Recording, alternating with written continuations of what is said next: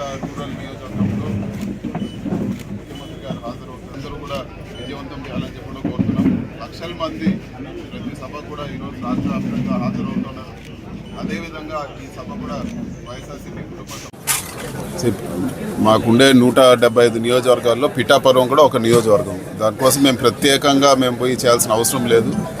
మేము ఎప్పుడో ఈ పవన్ కళ్యాణ్ గారు వచ్చే దానికన్నా మునిపే వంగా గీత గారిని మేము అనౌన్స్ చేయడం జరిగింది.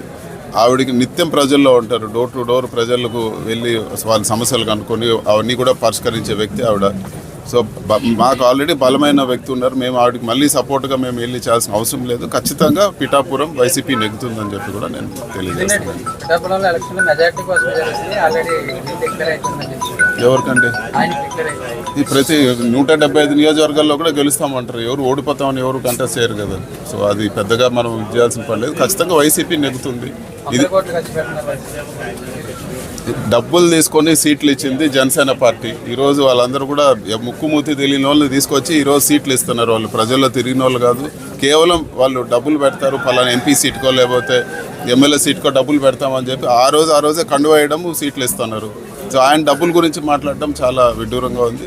సో ఇది కేవలం ఒక ఏదో అన్యాయం జరిగిపోతా ఉంది, ఎవరో వచ్చి ఏదో చేస్తున్నారని చెప్పి సింపతి గెయిన్ చేయాలని ఇలాంటి స్టేట్మెంట్స్ ఇస్తున్నారు. వీటి గురించి మనం పెద్దగా పట్టించుకోవాల్సిన అవసరం లేదు. ప్రజలు కూడా ఇవన్నీ నమ్మే పరిస్థితిలో ఉండాలని చెప్పి కూడా నేను తెలియజేస్తున్నాను.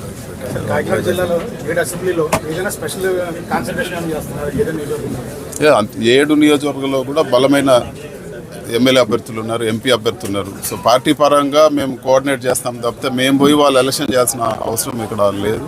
సో వైసీపీ పార్టీ బలంగా ఉంది. కాకినాడ పార్లమెంట్లో బ్రహ్మాండంగా 7 సీట్లు ఎంపీ కూడా మేము గెలవబోతున్నాం. రైట్ అండి. Thank you. Please subscribe .news.